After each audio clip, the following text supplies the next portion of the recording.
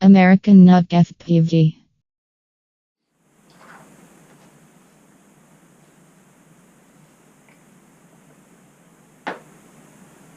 Hey guys, welcome back, dronies and quadcopter fanatics. I just wanted to make a video today, talk about a few things. First of all, some of you may have heard that this part of the country is getting bad snowstorm coming in tonight, and it's supposed to last pretty much all day tomorrow. It's supposed to get somewhere around a foot of snow plus some places. Anyway, I thought this would be a great time to make this video. I've been wanting to do it for a while, but haven't really had a chance. But with the weather coming in, now I got the chance. So anyway, you know, winter time up here in Canada, there isn't a whole lot of flying time. So, you know, I've been doing some building and stuff, but been watching a lot of videos. And one thing I like about videos is, some of you may not like it, but I kind of like the vlog style because I get to know the person behind the goggles and a little bit about it, and it just makes it more interesting for me. So I thought I would do a video today to tell you just a little bit about myself and how I got into the hobby, so you guys could see who's behind the goggles, so to speak. Anyway, first, my name is Brad Nickum. I'm originally from the States, from a little town in Iowa called Audubon, and I moved to Canada 9 years ago to get married, and I've been here since. So anyway, I'll tell you a little bit later in the video about how American Nuck come about and how I got the name. But anyway, so I come from a little town in Iowa called Audubon, and none of you probably heard of it. But if you watched the Super Bowl this year, there was a commercial on there called the Super Bowl, B-U-L-L, and it was featuring Albert the Bull, and that is actually in my hometown. And if you are subscribed to Kid FPV, he was there a few videos ago, and he did some flying around Albert. And I loved it. I said, man, I wish I was back there in my hometown flying around Albert. But anyway, check him out, Kit FPV, and check out the video of Albert. Anyway, I moved to Canada, and 2 years ago, right around Christmas time, my wife wanted to know what to get me for Christmas. And I said, oh, I don't know. I'd been watching some videos, seen some videos of these quadcopters on YouTube, and I thought, hey, that'd be kind of neat. Mainly Phantom videos and maybe some toy quads. Didn't know anything about FPV at the time. So anyway, my wife bought me this, it's in pieces. I fried the flight controller trying to wire some stuff. Anyway, it's a Protocol Galileo. Pretty much it's pretty much a clone of the Syma X8G.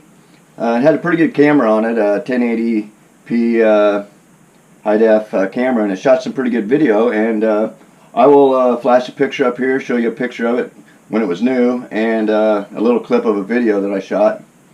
And anyway, so I was doing some flying with that around, and started watching more videos, and came across a couple channels, Flying Ryan and Forward Flight. And they were doing a lot of reviews of these toy quads. So I thought, hey, those look like fun. I could fly them inside. And so anyway, I got some toy quads and moved up to a little bigger toy quad. This one's a lot of fun. And I started flying those around and learning line of sight. And I got pretty good at flying line of sight, so I thought, you know what? Between the videos shot on my Galileo, I would start a YouTube channel. So 2 years ago, I started a YouTube channel called Brad Nickum Quadcopter Flying, and it was mainly just toy quads and some footage from my Galileo. So anyway, about I don't know, it was probably 4 or 5 months after flying these around, I really was wanting to upgrade to something like a Phantom to get a lot of more cinematic shots and and being able to just do more stuff that my Galileo wouldn't do. It didn't have a gimbal or anything, so I wanted to maybe invest in a DJI Phantom or something. But the problem was they were so darn expensive. So anyway, I got to checking around and found out that the Phantom or DJI was coming out with a Phantom 4, and all their prices on the Phantom 3s were knocked down. So I ended up buying a Phantom 3 standard, and started posting a lot of videos about it, and had a great time. Flew it a lot of different places, and it's actually not down here right now. It's upstairs, but anyway, so I was flying that around for a while, and I just got to a point where, well, for one, Canada started talking about these new rules and regulations, so I thought, well, I'm going to have to find something different to fly if they're not going to let me fly my Phantom. Everyone want to fly it, so anyway, I was on YouTube, and I came across this guy by the name of Schizo. Just happened to find him, and I started watching this. How does he do that with a quadcopter? How's he making that thing do those crazy things? And of course, I'd only flown these mini quads around, so I knew nothing about acro. It was all pretty much, you know, just it was pretty much just, you know, they would just fly around, and so anyway, so I started watching some more videos, and prior to the Schizo video, I did see some videos, and you probably all seen these videos when they first came out, of these drones flying through the forest, looked like Star Wars, and I was like, wow, that's pretty cool. Those things go that fast. I never knew that drones could, you know, quadcopters could go that fast. So anyway, after watching Schizo's video, just inspired me. I honestly say Schizo is probably the person who inspired me to get me into quadcopter flying. So anyway, I got to checking them around and came across this quadcopter, and it was at that time it was the Eachine Wizard 220, the first edition one that came out. I thought, wow, that's cool. You know, it's pretty cheap and ready to go, and so I thought, well, I'll just get one of those. But I couldn't really afford you know, all the stuff that I had to get with it, transmitter, goggles, you know, all that stuff. So I seen a video of this new Eachine little 150 quadcopter called the Rodeo 150, and yeah, that's all that's left of it. Trust me, it didn't last long. But anyway, so I ended up purchasing the Rodeo 150, and that's how I actually got into FPV. That was my first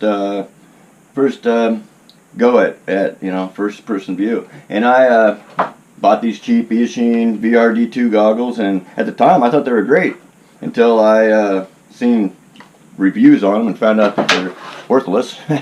But they do work, and so anyway, that was my first set of goggles.